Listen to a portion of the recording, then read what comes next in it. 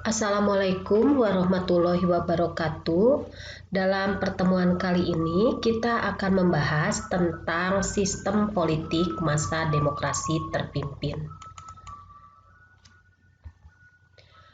Pada sistem politik masa demokrasi terpimpin, dibagi dalam dua bagian pembahasannya, yaitu mengenai sistem dan struktur politik serta dekret Presiden 5 Juli 1959.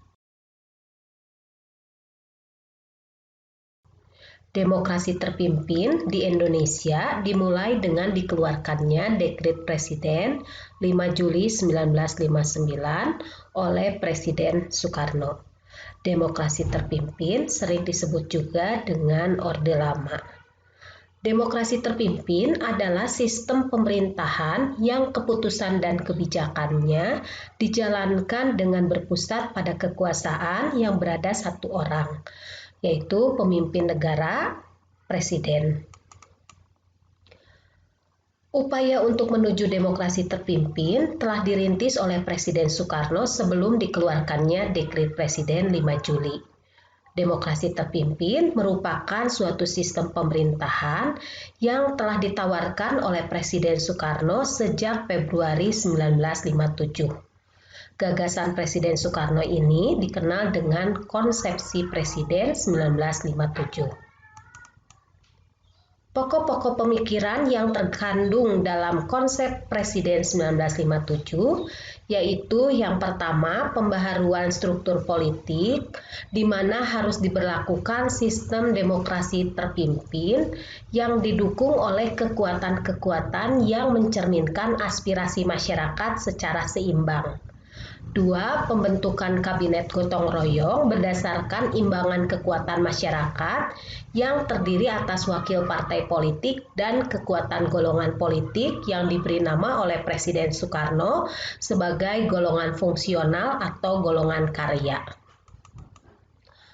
Latar belakang dari lahirnya Dekret Presiden 5 Juli 1959 yaitu pemilihan umum yang dilaksanakan 1955 yang telah berhasil membentuk DPR dan Dewan Konstituante atau Badan Pembentuk Undang-Undang. Dalam sidang-sidang konstituante, para anggota dewan selalu mengedepankan kepentingan partai dibanding kepentingan bangsa, sehingga menimbulkan pertentangan antar golongan. Dewan konstituante yang dibentuk melalui pemilihan umum tidak berhasil menyelesaikan tugasnya menyusun Undang-Undang Dasar baru bagi Republik Indonesia. Sidang konstituante yang tidak berhasil menyelesaikan tugasnya menyusun Undang-Undang Dasar baru bagi Republik memunculkan tuntutan masyarakat agar Dewan Konstituante memberlakukan kembali Undang-Undang Dasar 1945. Untuk pengingat bahwa sebelum pelaksanaan demokrasi terpimpin, berarti sebelum tahun 1959, kita menggunakan hukum dasar tertulis yaitu Undang-Undang Dasar sementara tahun 1950. Sehingga pada saat tahun 1950 kita menggunakan sistem demokrasi liberal atau dikenal dengan sistem parlementer. Nah, Perdana Menteri Juanda dalam Kabinet Demokrasi Liberal yang terakhir bahkan menganjurkan kepada badan tersebut untuk menetapkan kembali Undang-Undang Dasar 45 sebagai Undang-Undang NKRI. Tanggal 20 Februari 1959, Soekarno menyetujui anjuran dari Kabinet Juanda dan pada saat itu Soekarno berpidato di depan sidang konstituante.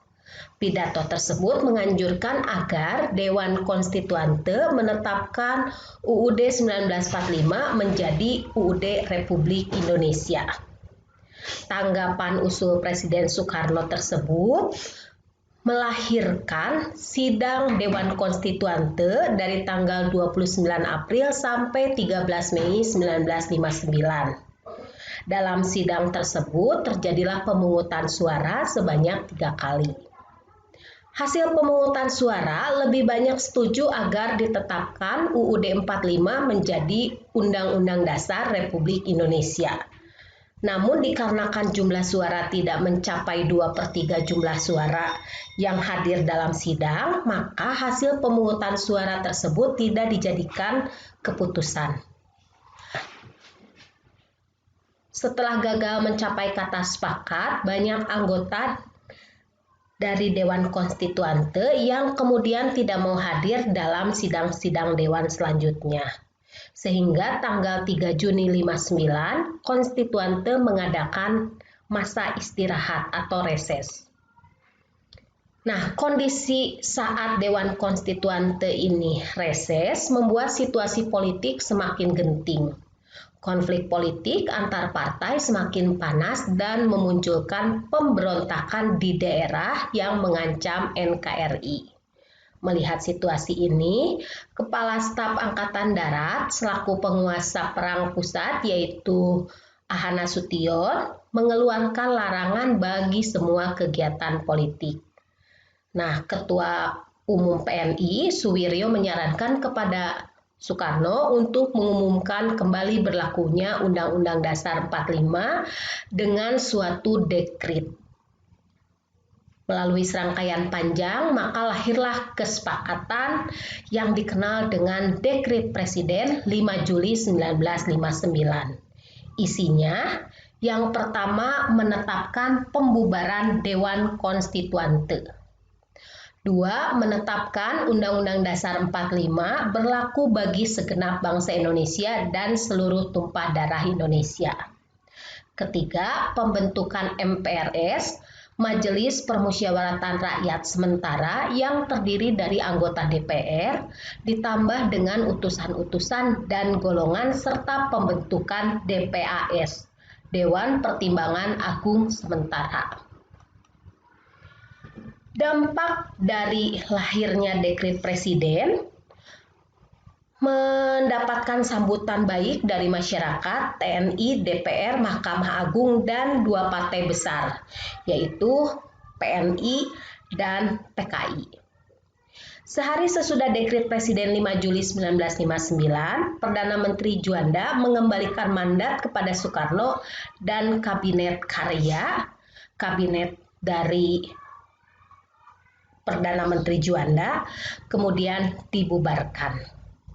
Nah, 10 Juli 1959, Soekarno mengumumkan kabinet baru, dan pada kabinet baru inilah Soekarno sebagai Perdana Menteri, Juanda dijadikan sebagai Menteri pertama dengan 2 orang wakilnya, yaitu Dr. Leimena dan Dr. Subandrio.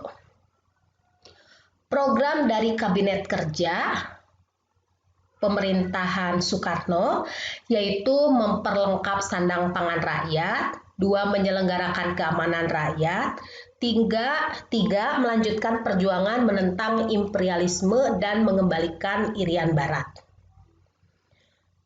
Dan kemudian dibentuk juga lembaga-lembaga negara sesuai dengan amanat dekret presiden, yaitu pembentukan DPAS, pembentukan MPRS, pembentukan DPR-GR, Dewan Perwakilan Rakyat Gotong Royong, pembentukan Front Nasional, dan penetapan garis-garis besar haluan negara.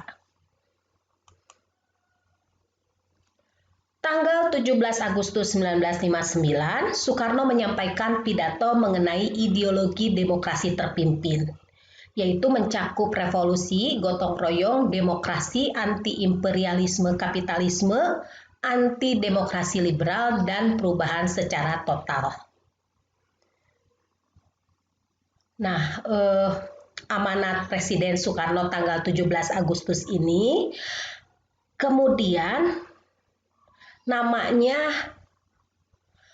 amanat Presiden tanggal 17 Agustus 1959 ini kemudian dijadikan garis-garis besar haluan negara dan diberi nama dengan Manipol Usdek, Manifesto Politik Undang-Undang Dasar 1945, Sosialisme Terpimpin, Demokrasi Terpimpin, Ekonomi Terpimpin, dan Kepribadian Indonesia.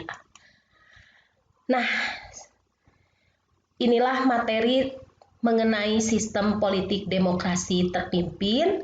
Semoga anak-anak IPA dan IPS bisa memahami makna dari demokrasi terpimpin yang dilaksanakan oleh Presiden Soekarno dari tahun 1959 sampai tahun 1965.